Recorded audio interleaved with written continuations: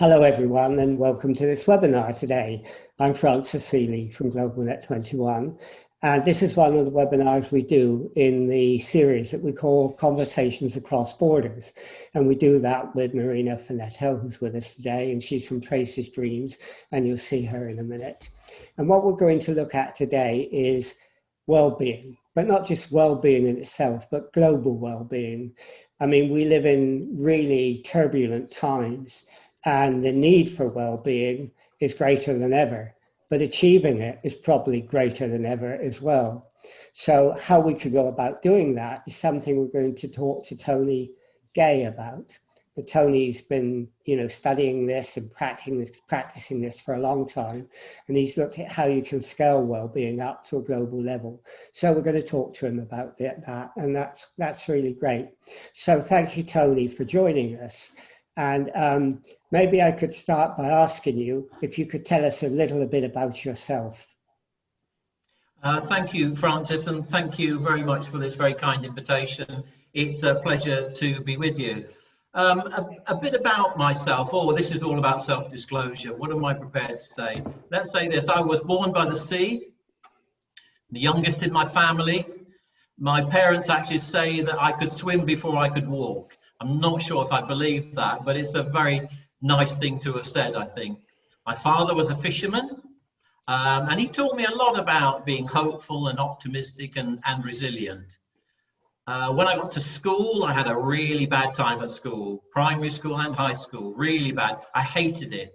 Hated it until my primary school teacher realized that my father was a fisherman, and she put me in charge of keeping the class goldfish happy. And that was a big turning point for me, and school then became a little bit more enjoyable. But I struggled because I didn't feel I was learning how to learn.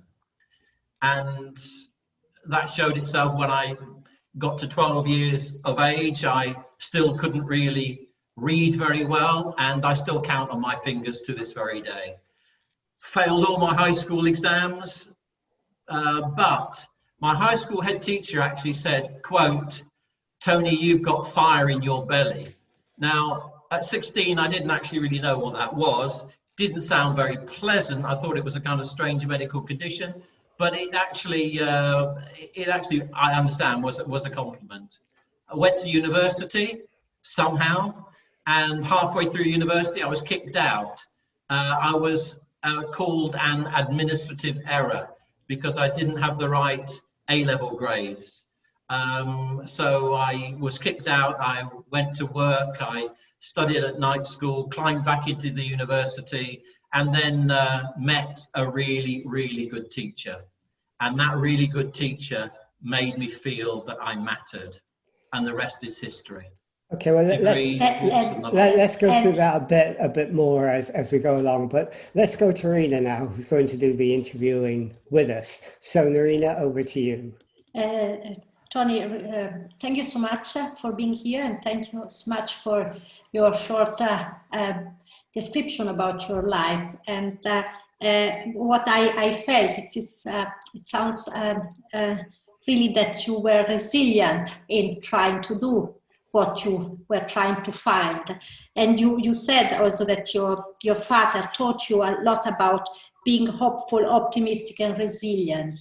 How did he do it? And I think resilience is really a word that I would really, I would love to hear more about it, because it is a word that we use a lot nowadays, also in this situation. Also,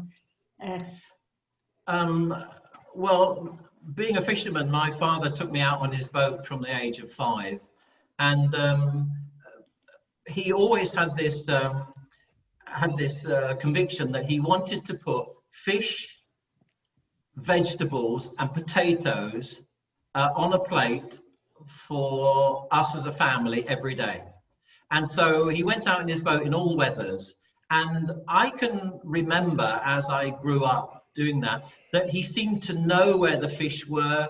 even if it, if the catch was poor, even if the boat was in a place that, wasn't bringing the fish on board, he seemed to actually keep trying, persevering, trying alternative things, not getting downhearted.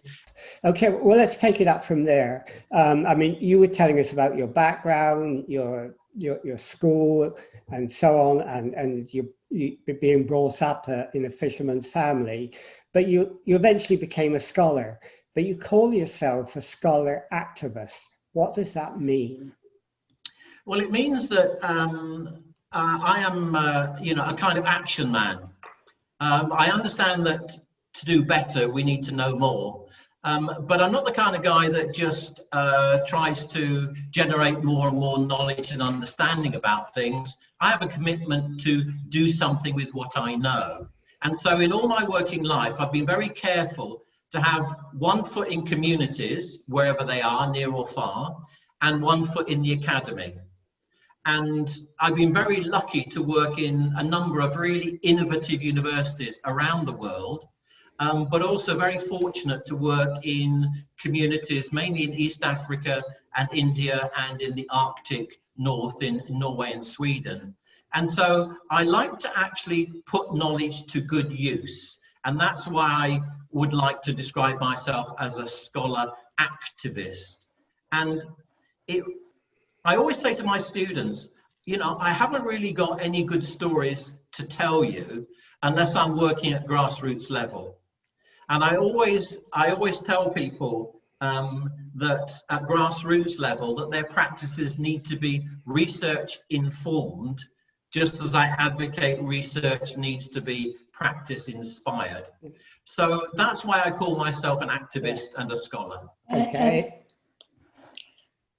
And Tony, you started also this year the Global Human Rights and Wellbeing project. Why did you do it and what it is about? I did it because I had been working for some time in East Africa, and I had a moment of reflection one day after some fairly serious work around human trafficking and drug trafficking and around female health issues and so on, and child rights. And I thought, I've got to do something about this. What will it be?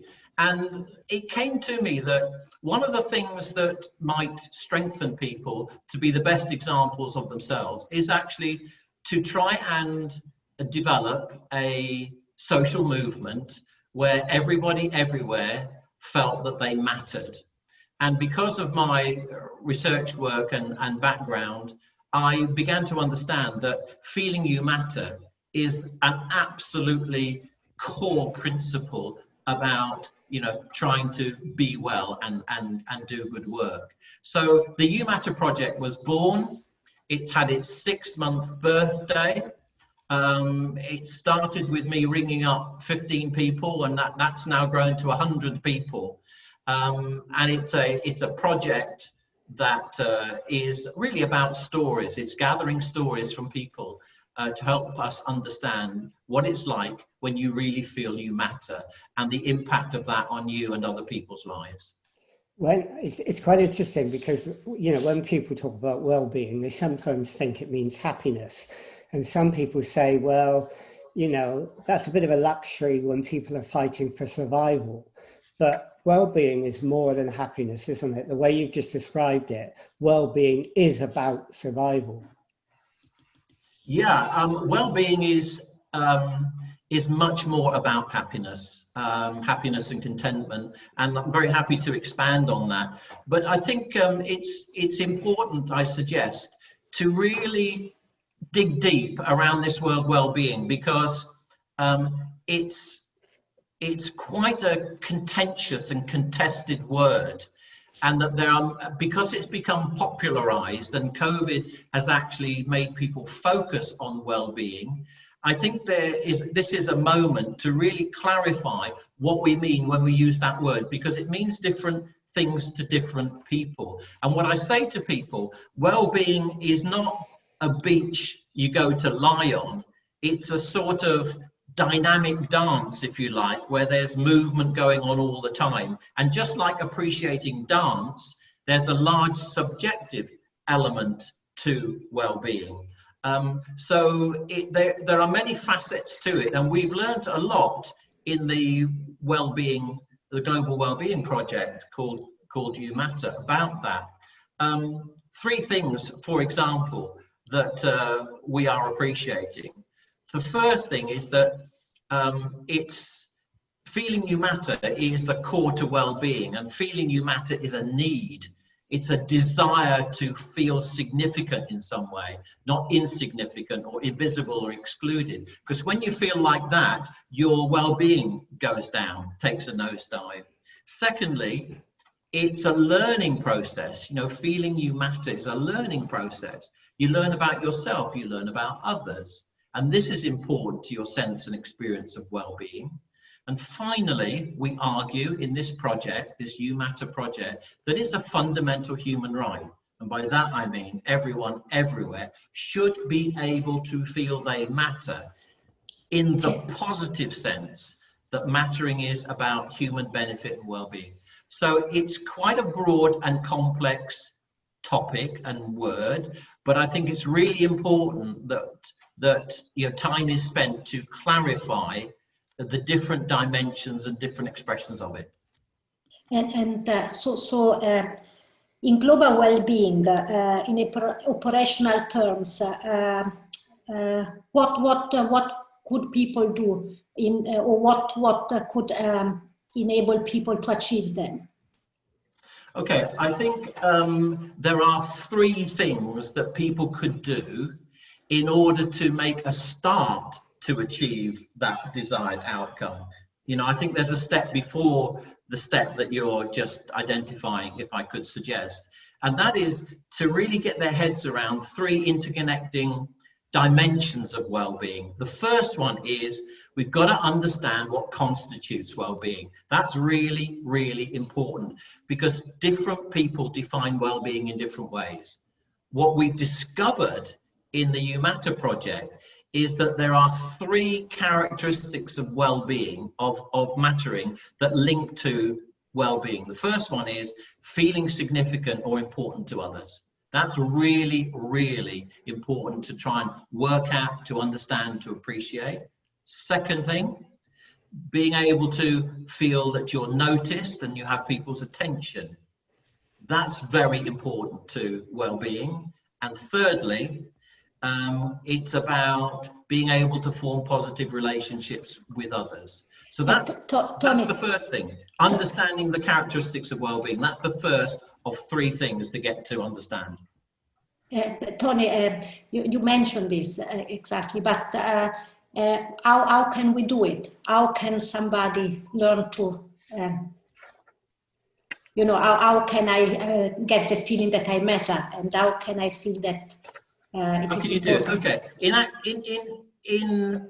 in practical terms, I would always direct somebody to a book published in 2011 by a guy called Professor Martin Seligman, distinguished professor of psychology from America, Penn State University. He developed what he called his Perma Framework, and he said it's Perma, P-E-R-M-A, and H was added a bit later. And he said, if you really want to work at this, you've got to work at the P, which is about the elevation of positive emotions. You've got to work at that. Secondly, the E was about engagement, meaningful engagement with others and work. Thirdly, talked about developing positive relationships. Fourthly, the M of Perma, meaning, developing a sense of purpose and meaning in your life. The A of Perma is accomplishment, feeling a sense of achievement, that you're going somewhere, that you're doing something worthwhile. And the H is health. So he had the Perma Framework, and there are many examples which can be accessed on the internet very easily about how people have used the Perma Framework practically to enhance well-being. But I would say this, the most serious and most needy demographic at the moment are children and young people. These, if we look at all the research and we look at all the surveys that are taking place, those that are suffering most from a decline in well-being right now are children and young people, especially up to the age of 24. And there is a wonderful tool called the EPOCH tool, EPOCH, the EPOCH tool, very practical, where people can look at different aspects of adolescent and youth well-being. EPOCH, E for engagement, P, perseverance, O, optimism, developing optimism, C, connectedness, and going back to your point earlier, Francis, happiness. So there are some wonderful tools and frameworks out there that are very practical, people can use. But how do you get people to do those things when they're living in destitution? They're fighting for survival, they're fighting for their basic needs. I mean, you're a positive psychologist, and one of the criticisms of positive psychology very often is it concentrates on the person too much and not on structural changes. Do you recognize that criticism? I do recognize that criticism. I think it's slightly misguided. I think it's a skewed perception of what the discipline is about and its contribution. But of course, you'd expect me to say something like that. I think the thing is, when working with the poorest of the poor, when working with people who are not hopeful, but they are feeling hopeless, when they are caught in vicious poverty traps and debilitating downward spirals, there are kind of two polarized ways of tackling that question, Francis, I would suggest. One way is that you try and fix the problems that people say they have.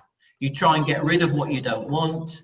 You try and fix and repair people with the hope that things will get better. And there are ways in which that can be done.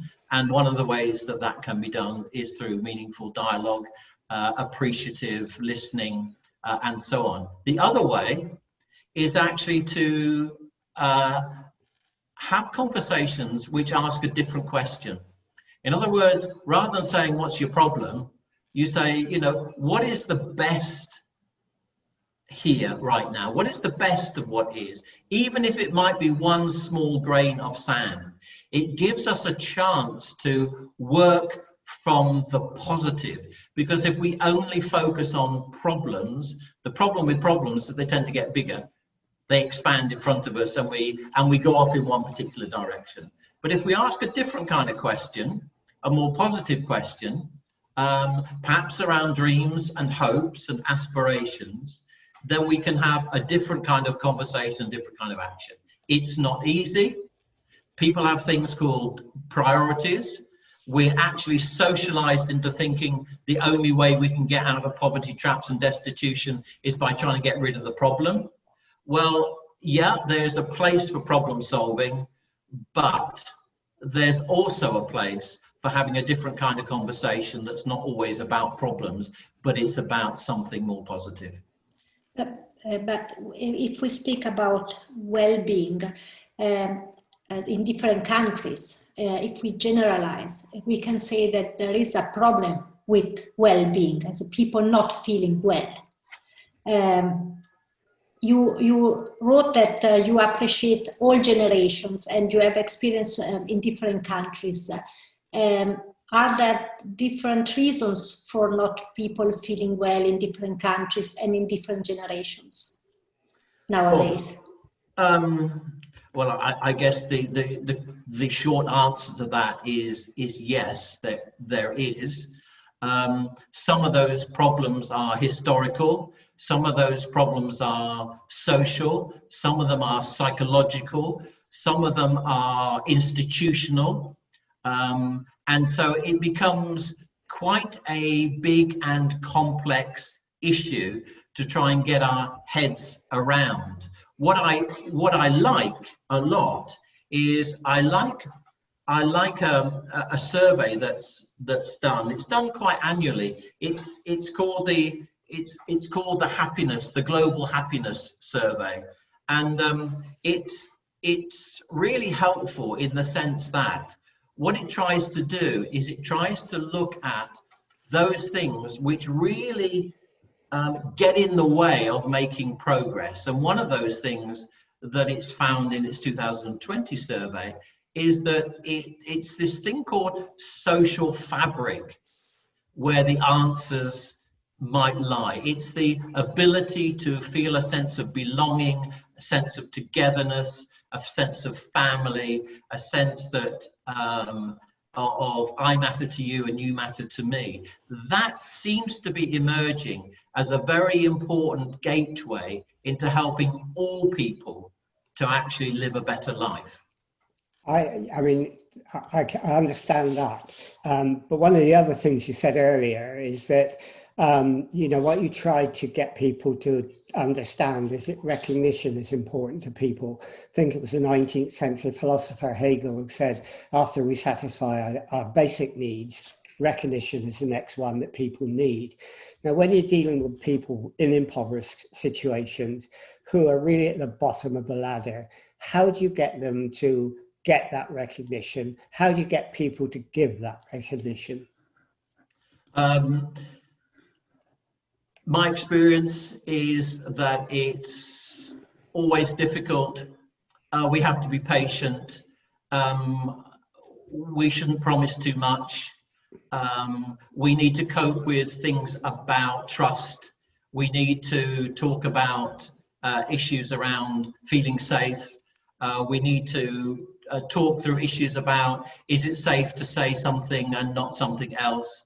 Can we actually legitimately, morally and ethically talk about building a more hopeful person, family, community, when that community has only known something completely different? It's only known disadvantage, it's only known internal displacement, it's only known war and unrest. It's very, very difficult. The answer for me lies not in people like me actually suggesting things to others, but to provide a context, an enabling context in which people can actually honestly and without prejudice disclose their true thoughts and feelings about what they feel would build a better history for them.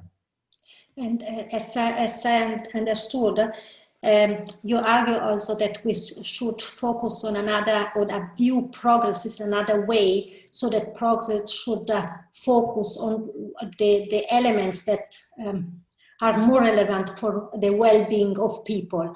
How should or could or do we need to change our society or our directions in order to start taking this path, or do we have already started taking this path, in your opinion, as a global society?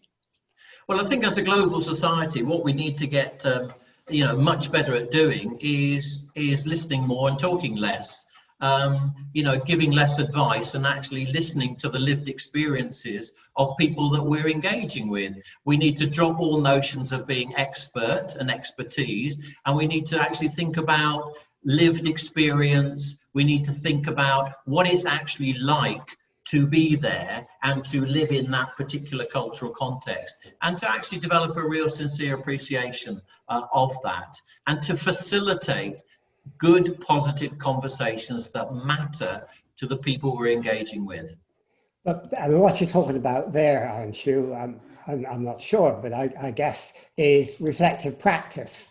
And when you talk about reflective practice, you've sort of reframed it, haven't you, into reflective learning, so that people actually do think about themselves, they do think about what the effect they have on others, and they try to, do they try to then change their own attitudes to life, their own worldview as a result of doing that?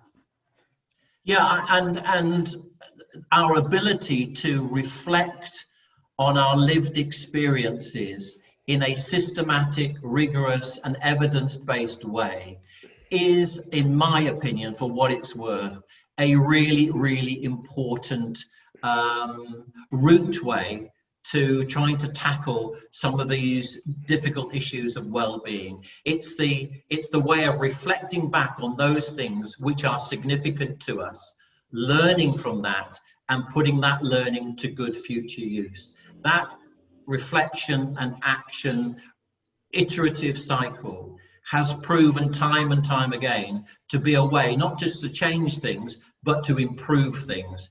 And I really do believe that you know, there are plenty of practical well-being interventions, which I can give you some examples on if you wish, practical well-being interventions that need that action reflection, so that it's small steps, it's a public process, it's something that's talked about and evidenced. It's a reflective practice is a bit of a problem for me. As you know, Francis, I've spent all my life, you know, in that area of experiential learning. People actually think, you know, reflection and its practices, you know, they're kind of things you do. They go hunting for a problem. It's a solution looking for a problem. Well, nothing could be further from the truth, actually. You know, reflection and its practices, it is about, you know, reflecting on the good and the things that are just and right and that lift us and build a better future, not just reflecting on problems. I mean, you often talk about, don't you, about building up for sustainable action and positive social change. Now, do you mean that at a personal level, or do you mean that at a society level, or do you mean it at both? I think, you know, this is the complexity of it. It has to be both. It has to be local and global. It has to be individual, it has to be family, it has to be community, and it has to work across those different dimensions if it's actually going to have a sustainable and lasting impact. And that's why, you know, it is such a challenging issue. We can talk glibly about improving well-being, but really for it to be sustainable, it has to be something that cuts across communities, across organizations, and becomes something that's right at the center, front and central of everything we do. Because COVID is teaching us some really serious lessons. And if we don't get the well-being part of the jigsaw right, there will be some serious casualties down the track 5 years from now, 10 years from now. And our children and young people are experiencing that and telling us that even now, not just in the global south, but here in our own backyard in Europe and the UK as well. So in the great debate of whether humans create society or society creates humans, where do you stand? I don't think you matter can create society, but I think the intention of the You Matter project, I call it a project. It's not a project, it's a conversation. And we hope the conversation will turn into a social movement. So in one sense, I think feeling that you matter, me to you and you to me, being the core of enhancing well-being, works in lots of different cultural settings. And I think it does promise some good things. But, you know, there has to be some buy-in from society, obviously. But what we're learning is that people want to tell us stories about when they felt they mattered and when they felt they didn't matter. And when we know that, we'll be able to develop some interventions to help that move forward positively. I mean, you clearly would love to see the idea of well-being scaled up to a global level. And the big problem is, how do you do it? Now, you said, you know, you do this through conversations that might turn into a social movement. But that's incredibly optimistic, isn't it? Have you seen any evidence of that happening? I totally take your observation that I'm an optimist. And I like that, and I take it as a compliment. And I think we do need a bit of optimism and hope in this equation. Have I seen it happening? Well, there are many examples that I could quote for you where if you change the question, you change the conversation, you change the action. We've got to get better at asking positive questions around feeling that you matter and how that links to well-being. In 6 months, there is a very modest project with a big dream, the You Matter project. Big dream, optimistic. It started with 1 person, went to 16, now it's got 100 ambassadors in 31 different countries. I think this has captured people's imagination. You don't have to work too hard to understand that You Matter is a fundamental part of helping you to feel well and and bring the best of you to every day. So I like being optimistic.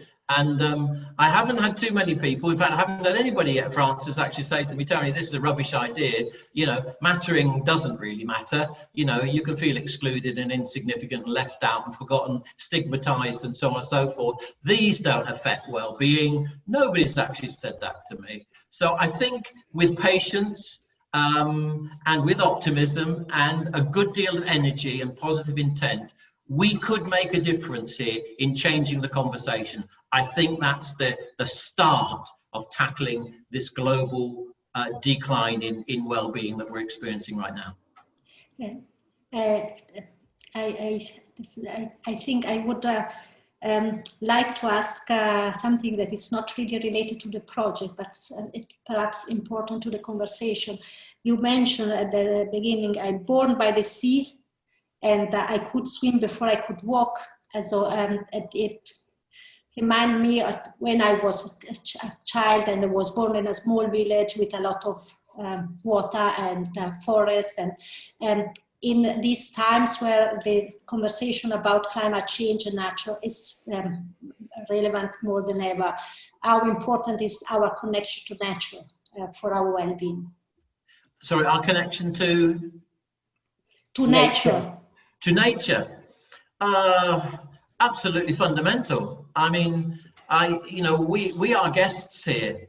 We come and go. It's part of our obligation and responsibility. I passionately believe that we have to look after our home. We have to look after our environment. So nothing in the well-being discourse, in the well-being arena, for me, can really be significant unless it's sustainable. That's sustainable conversations, sustainable well-being in a sustainable planet.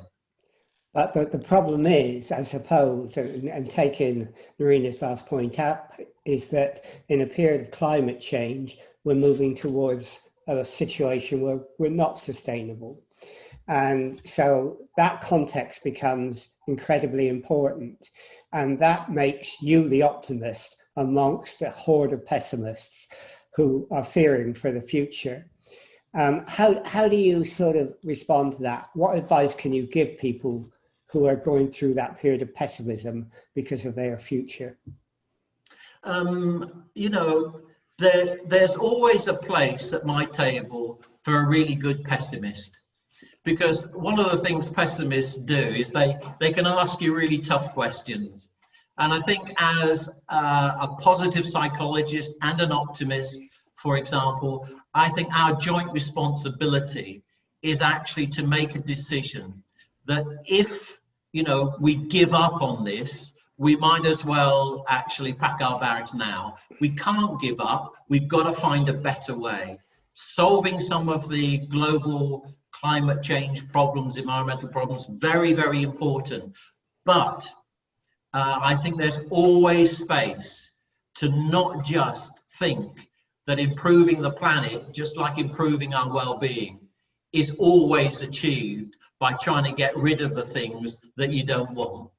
So what would you tell people if say that nowadays we do need to concentrate on our personal level, concentrate on our country, on our community, and not think about a global perspective?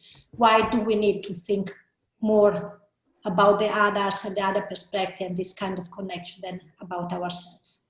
Okay, two brief answers to that. The first thing is that many people struggle with a global perspective. People are much more narrow focused. The lens is a narrow lens, not a wide angle lens. They're interested in themselves, their families, their local communities. They can't even begin to imagine, you know, things on a global scale. And that takes, you know, people with an ethical compass and moral courage to actually go to the big scale. So, you know, it's actually finding your niche where you want to exert your action. And the second thing is that how can we possibly tackle those issues that Francis just explored with us if we forget that the absolute core of being able to do that well is to invest in our social environments. It's our social environments that should be a priority for well-being, that will give us the strength and the imagination to actually tackle the bigger problems. Those social environments about family, belonging, you know, a sense of working together.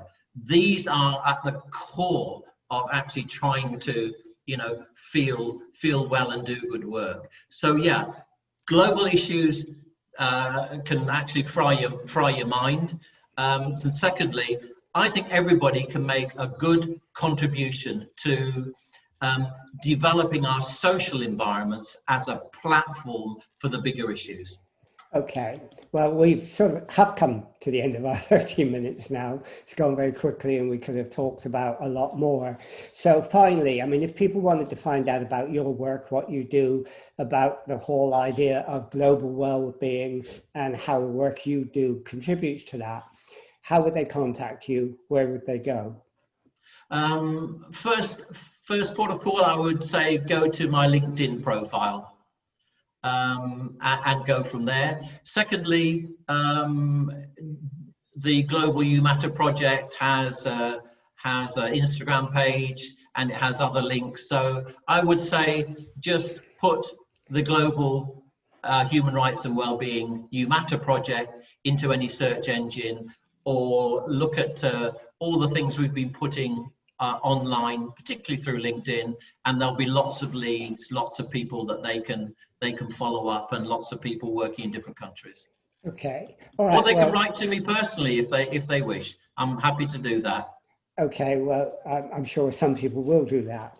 Anyhow, thank you, Tony, for doing this, because it's been very interesting, and I think understanding what well-being is important. Understanding what resilience is, what having a sense of purpose is, what reflection is, are all important for us as we're going to survive in the coming years. So, whatever the turbulence we have to face, having all those tools to help us get through it is absolutely vital. So I think what you said has been incredibly valuable. So thank you for doing it. And thank you, Nerina, again, for, joining in on this and the conversations across borders, which, looks at things from a global perspective. And Tony, thank you, because it's been a great interview. And we'll finish this interview now.